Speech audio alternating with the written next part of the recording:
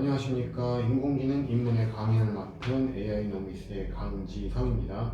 지난 시간은 저희 인공지능 입문에 대한 강의 계획에 대해서 알려드렸고요. 이번 시간은 강의 계획에 따라 첫 번째 강의인 인공지능이란 무엇인가에 대해서 말씀드리도록 하겠습니다. 자, 제가 인공지능에 대해서 맨 처음 인식한 것은 꽤 오래됐습니다. 스타워즈의 R2D2와 3PO라는 로봇이죠.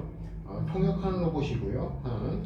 하나는 그냥 일반 가정에서 서빙하는 로봇 또는 우주선 등 기계를 고칠 수 있는 능력을 가진 로봇이 되겠습니다. 스스로 말할 수 있고 의사소통도 가능하고요. 어떤 문제가 닥쳤을 때 그것을 해결할 수 있는 능력을 갖춘 로봇이 되겠죠. 자, 그러면 여기서 중요한 인공지능이란 무엇인가를 알기 위해서 저는 두 가지를 먼저 알아야 합니다. 자, 일단 artificial입니다. 사람이 만들어내거나 꾸며낸 것을 바로 인공이라고 합니다. 지능은 무엇일까요? 지능이란 어떠한 사물이나 현상을 받아들이고 생각하는 능력 또는 새로운 사물이나 현상에 부딪혀 그 의미를 이해하고 처리 방법을 알아내는 지적 활용 능력입니다. 그러면 인공지능, artificial intelligence란 무엇인가? 라고 하면 이 두 단어를 합친 게 되겠죠. 즉, artificial intelligence란 새로운 사물이나 현상에 부딪혀 그 의미를 이해하고 처리 방법을 알아내는 지적 또는 지적 능력 또는 지적 활용 능력을 사람이 만들어낸 것입니다. 더 단순하게 줄이자면 사람이 만드는 지적 능력 또는 지적 활용 능력이 되겠습니다. 그럼 저희가 여기서 다시 또 한번 질문이 나올 수 있는 게 과연 지적 활용 능력 그것을 어떻게 만들어낼 것이냐, 지적 능력은 무엇이고 어떠한 정의를 가지고 어떠한 기준을 가지고 사람이 어떻게 그것을 만들어낼 것인가 라는 질문이 들어가야겠죠. 자, 다음 챕터 넘어가기 전에 여기서 한 가지 주의사항을 좀 말씀드리고자 합니다. 자, 인공지능이라는 것에서 여러분이 많이 들어본 것이 인공신경망, 기계학습, 딥러닝 등이 있을 겁니다. 자, 여기서 기계학습이나 딥러닝 같은 단어는 인공지능이라는 큰 나무에서 뻗어나온 하나의 가지에 해당합니다. 즉, 기계학습이나 딥러닝은 인공지능의 한 가지 방법론이지 그 자체가 인공지능과 동일한 뜻은 아닙니다. 그 점 유의해 주시기 바랍니다.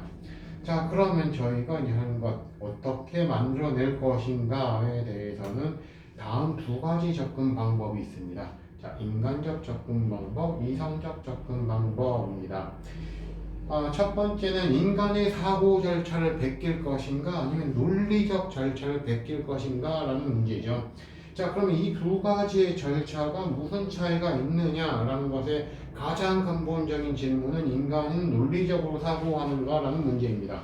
자, 그렇다면은 일반적으로 사람은 논리적이고 이성적 동물이다라고 말하지만 실제로 그렇지 않다는 데 문제가 있습니다. 그래서 인간의 사고 절차와 논리적 절차는 반드시 같지는 않다. 그래서 이 두 가지 접근 방식이 서로 보완도 되기도 하지만 서로 상충되는 방식을 가지기도 합니다.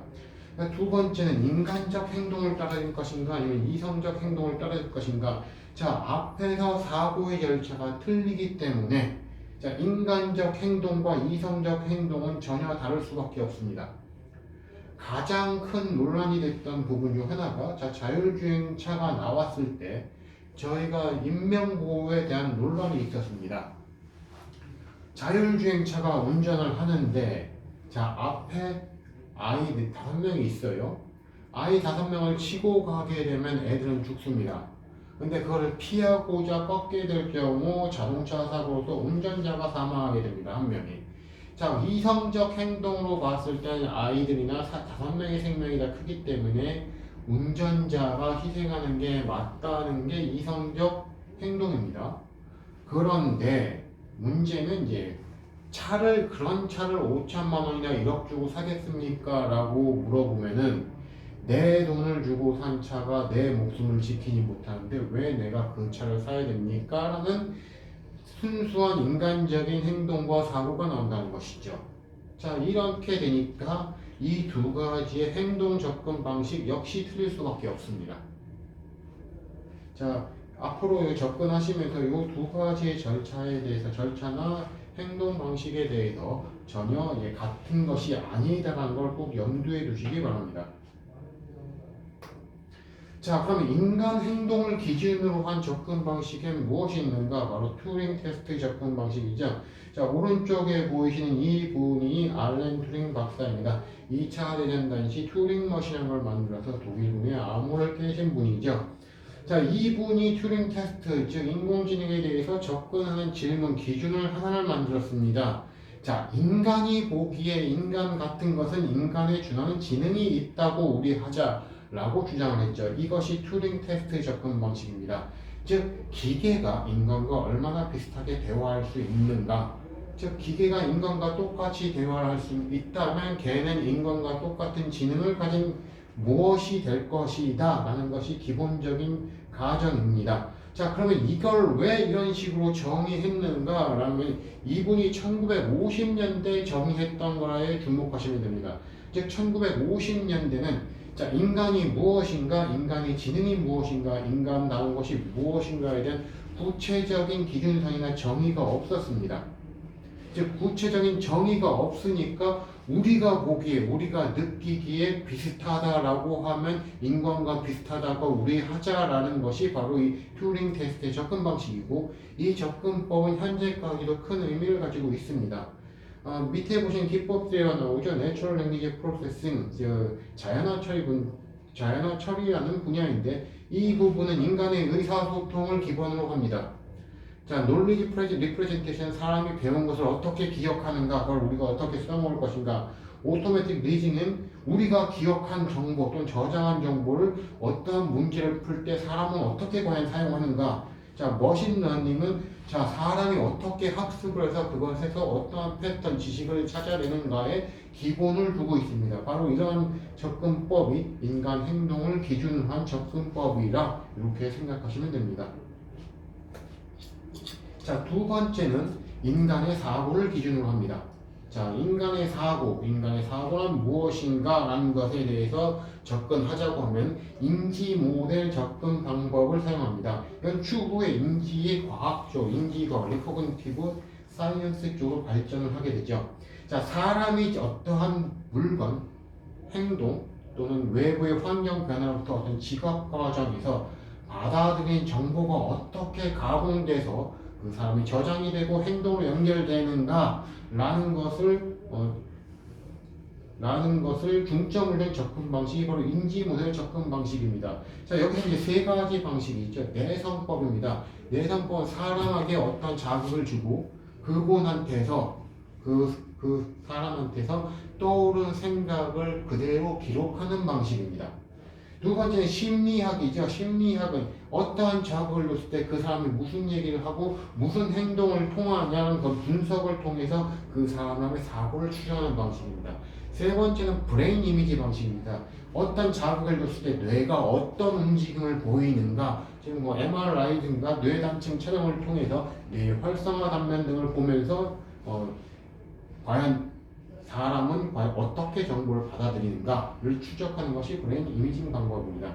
자, 이것이 바로 인지과학으로 발전이 되는데, 자, 인지과학이 중요한 점은 자, 인공지능의 컴퓨터 모델과 자, 심리적 실험기법 등이 통합되는 것이 바로 인지과학입니다. 그래서 이 인지과학을 통해서 사고 과정을 정보 처리하는 과정이 어떻게 되는가라는 것을 계속 우리는 추적 관리할 수 있는 것이죠.